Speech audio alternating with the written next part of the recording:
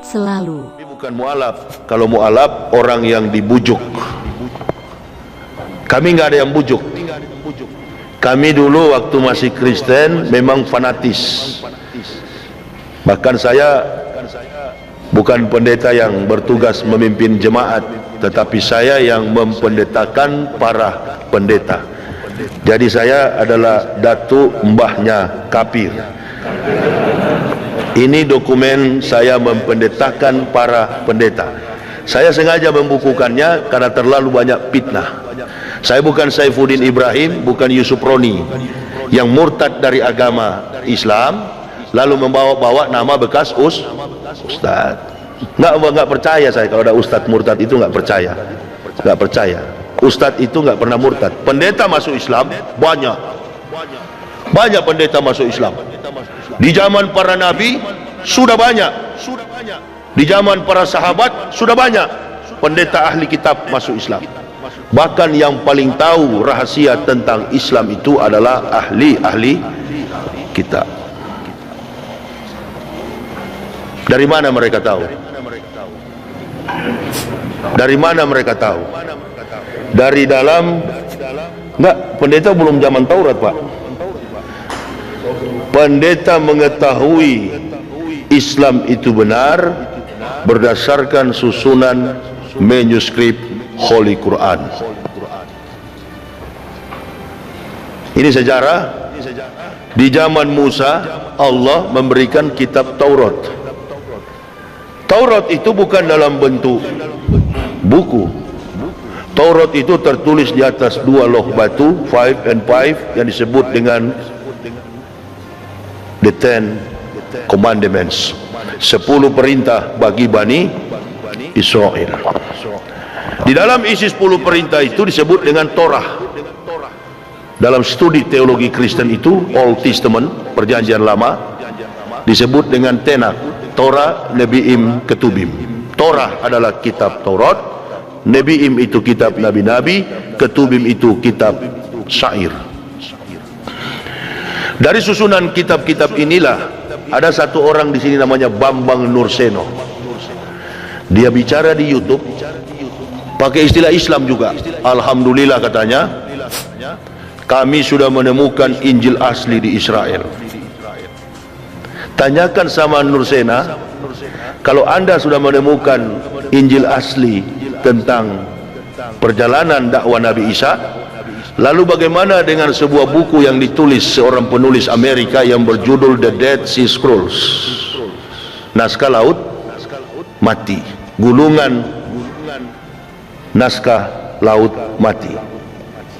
Apa kesimpulan dari buku itu?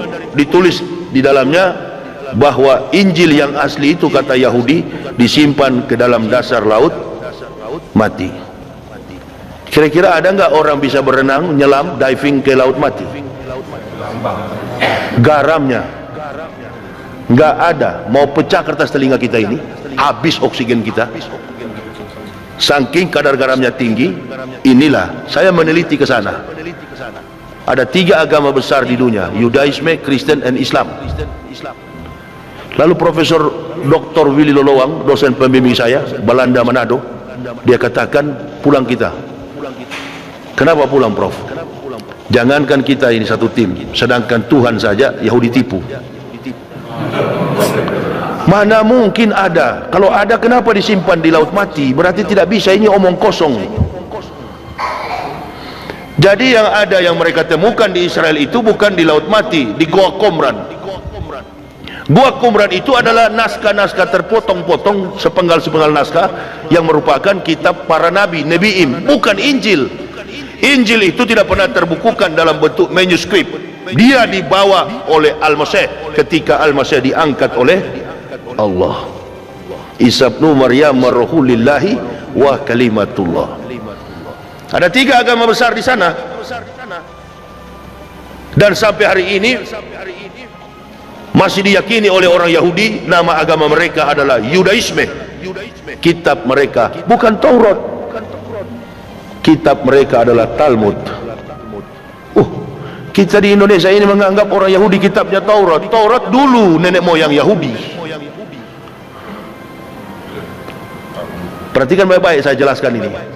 Jadi Taurat itu tidak diwariskan kepada anak cucu Israel, karena meninggalnya Musa, sepeninggalnya Musa, wafatnya Musa, Taurat itu raib. Tidak ada satupun ahli geologi yang mampu membuktikan, ahli bibliologi yang bisa membuktikan ini catatan Taurat asli, karena dia memang tertulis di atas loh batu, bukan di kertas begini. Ada anak muda bilang di Pekanbaru, Ustadz, bapak saya punya Injil asli. Hebat sekali ya. Kapan bapakmu ketemu Nabi Isa? Ini Injil juga tidak terbukukan dalam bentuk buku. Tadi malam ada yang bertanya kepada saya tentang The Gospel of Barnabas. Injil Barnabas. Injil itu melekat pada lisan Nabi Isa. Isa diangkat oleh Allah, Injil jelas ikut, otomatis ikut. Adakah kira-kira jejak fakta historik yang memungkinkan seorang ahli bisa membuktikan Taurat dan Injil asli? Ada kira-kira? Nggak ada. Kembalilah wahai manusia, Taurat dan Injil asli itu nanti ada ketika diutusnya Ahmad bin Abdullah. Kalau bapak ibu mendapatkan keterangan tentang Isa dan ibunya di dalam Al-Quran, maka itulah Injil.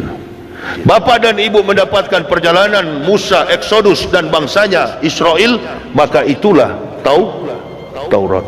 Bapak mendapatkan, ibu mendapatkan kisah tentang perjalanan Daud dan Sulaiman, Nabi, maka itulah Zabur, Mesmor, Hadebari. Baru kita tahu ya. Jadi orang Kristen memakai kitab yang ada sekarang ini bukan Taurat, bukan Injil. Mereka memakainya itu adalah kitab yang diadopsi dari Bani Israel Yahudi, namanya Perjanjian Lama. 39 kitab Perjanjian Lama, 27 kitab Perjanjian Baru. Tidak ada hubungannya agama Kristen dengan Nabi Isa. Tidak ada hubungannya orang Kristen dengan Nabi Musa. Tetapi pemahaman kita orang Islam dan Kristen di Indonesia, kitab orang Kristen adalah Injil. Bapak juga ibu turut berdosa. Ya, berdosa. Injil yang sebenar-benar Injil itu adalah Al-Quran. Itu yang membuat saya kagum dengan kehebatan Rasulullah Muhammad sallallahu alaihi wasallam. Masuk Islam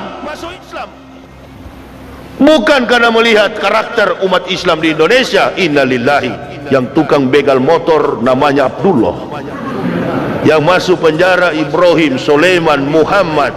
Jarang orang Kristen masuk penjara. Lalu karakter siapa yang saya harus ikuti? Apalagi di zaman politik begini. Tidak ada figur yang bisa dicontohkan. Nyebut nama Tuhan saja belepotan. Saya maulud Nabi ceramah di Kalimantan, ada seorang perwira tinggi memberikan sambutan. Kita berikan solawat dan salam kepada Nabi Muhammad subhanahu wa ta'ala. Woi kawan, bukan mualaf itu, bukan mualaf. Sudahlah, saya nggak usah bilang namanya. Pokoknya pangkatnya pati, perwira tinggi, kolonel atau apa ya? Nabi Muhammad subhanahu wa ta'ala. Innalillahi. Makanya belajar Iqra kawan. Tidak cukup al-ilma bil kasab labi nasab. Ilmu itu dipelajari, bukan dinasabkan, bukan karena keturunan. Itu buktinya biar presiden Al-Fateko viral lagi. Sholat di syuting begini, dengan niat mau diviralkan. Nggak apa-apa kalau viralnya tajwidnya pas, mahrojnya pas. Ini salah.